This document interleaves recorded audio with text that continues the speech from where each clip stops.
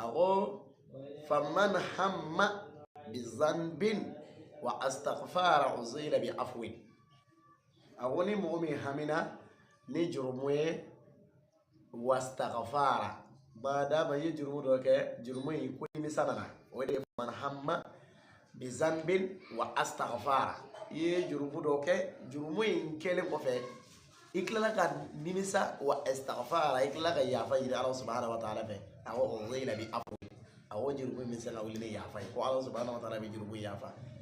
سيدة الدوم مطوران نين باين بنا قصيدة بيتو يكون فوق تاولا ولا تشام بدك أو من نال تسلية برة يصلى عليه من الله عشرا كما قال وراء حديثا صحيحا أو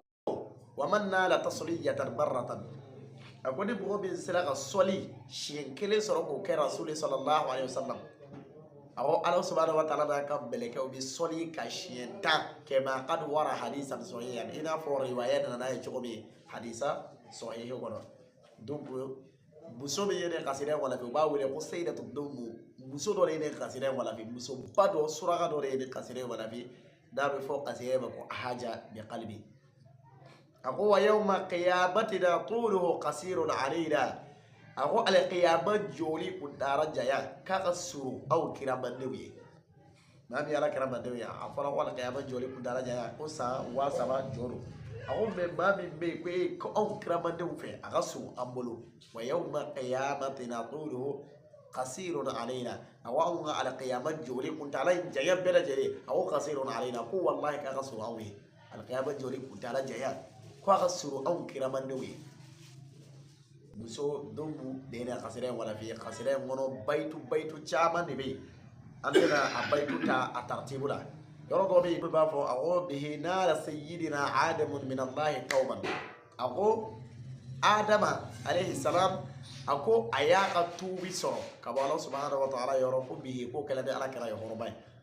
ni yero kuma kan labe adama ni rasulullah sallallahu alaihi wasallam klemi do klenga jamme adama ye tubi soro ka bo Allah subhanahu wa ta'ala yoro chogodi ni ala kira hormay awo tuma mi ni adama ne amba hawa yirde ndo ni tuwi bonna da tukura wi ko adama ya yini ala fe ka ya fa yini ala fe ka dese ka tala ala kira de ko ako akake ala kira muhammad sallallahu alaihi wasallam horma ko so aga ya fa ba ko ala subhanahu wa ta'ala tubi bi da an fa adama ye ko bihi ko kala ni ala kira horma ne ayini gala ko yekira ndo chuda ko aljana da shege bela jerena na de temena ale ba sebele la ilaha illallah muhammad rasulullah sallallahu alaihi wasallam aho ale bo min sebele yi ale adam bo min sebele ale ba do muhammadu ti ba deniye ale ya don muhammadu ko kabbo allah subhanahu wa ta'ala yoro ko alaka yafa ale ma ko so ko adam ya ka tubi soro ni rasulu sallallahu alaihi wasallam horomani أبا فلاتونا كوا نوح من الماء لما طغى به نار عم أو نوح نبي لا نوح توما مني جيبا دنا جيه كونو نابنا جيم نارا كورون كونو كاي به نال أمنا أكو أي أمنو سو أمنو دي جمعي أي دنا يا يورو سو أكو به كو كلا ني على كلا دي حرمي صلى الله عليه وسلم أقول ونوح من الماء لما طغى به نار أمنا إلى نوح يا أمر سرو كدر يا سرو أقول به كفر كلام على كلام ربنا أتولو كما أقول كذا والخليل لدعوته به قد أجيب أقول نبي إبراهيم عليه السلام أقول أقد وجابرة أيد ووبينك كأقد وجابرة تبى دي نبي إبراهيم نام دنا كملا تسمع كرو di tasma ba fe gay ayo do wi ko do wi jabira bihi o fara kala ala kala hormani ako wa musa al kalim bihi qad naja min amri al aduwi ako musa bi newe ala kuma yoy ko musa kishira ka ba ka jugu toro ba ko bihi ko fara kala be ala kala hormani dubu tora ay baba chaba de fo aga qasida i qurdara qasida aba akata al khisu e be ka se ka famu alla ba yorola يوم بدو بافو أقوم مديح النبي يؤنسنا ويفرح قلبه أقوم مديح النبي أو رسول التنوني يؤنسنا أكو أبأون فرقلو ولا يؤنسنا معنا أبأون نمسي وسا ويفرح قلبنا أكو أبأون تسكون لا في أبأون تسكون سنديا رسول التنوني صلى الله عليه وسلم أو وللمسلمين وما ولدوا وللمؤمنات أو أن إسلامه أن إسلام ديو أن المؤمن مسلم بلا جلي كم بلا جلي من صنيع لرسول تنوني والشيخ حماية حماه الإله به نال خطبا أو شق حماه الله أياك ولي يد فليصم أقول هو فنك لنا على كره روماني شق حماه الله بجر غيوبة سيرفي وليو أكو أكبوية بلا جلي سرولا أكو ولي يد فليا بلا سرولا به هو فنك لا دي على كره صلى الله عليه وسلم دي هرمي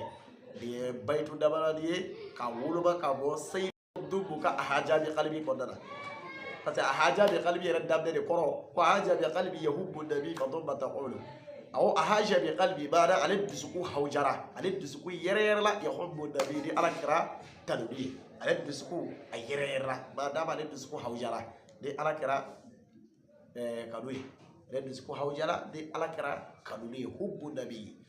donc ne sayyidatu dhammuka kan sida min be da ba fama ko a haja bi qalbi. السلام عليكم ورحمة الله تعالى وبركاته. صلي على أغو فمن هم بذنب واستغفار عزيل بعفو أغني مؤمن همنا نجرب واستغفار bada ba ye jurumu do ke jurumu yi kunni misalana wede faman hamma bi zanbin wa astaghfara ye jurumu do ke jurumu yi kele ko fe iklala ka nimisa wa astaghfara iklala ka yafa yi Allah subhanahu wa ta'ala fe awo ghayla bi afwi awo jurumu misala wili